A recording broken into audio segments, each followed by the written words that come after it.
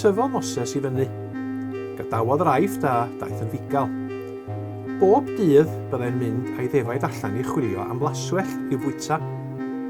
Un diwrnod, gwelodd rhywbeth rhyfedd iawn. Mae'r berth yna ar dan, meddyliodd, ond dydy hi ddim yn llosgi o gwbl. Aeth draw ati mwyn gweld yn well. Yna, clywodd lais yn dweud, Moses? Duw oedd yno'n siarad ag ef. Dyma fi, medda Moses. Rydw I wedi dy ddewis di I wneud gwaith pwysig iawn, medde Duw wrth Moses. Mae fy mhobol yn anhapus iawn am fod yr eifftiaid yn greulon wrthyn nhw. Byddi di neu harwain allan o'r aifft. O na, meddai Moses. Fedra I ddim gwneud hynny. Rydw I wedi dy ddewis di I ddweud wrth frenin yr aifft a madael fy mhobol yn rhydd, dwedodd Duw wrtho.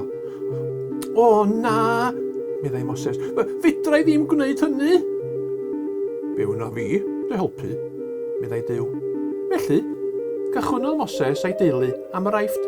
Roedd Moses yn gwybod fod Duw wedi ddewis ac y byddai'n ei helpu.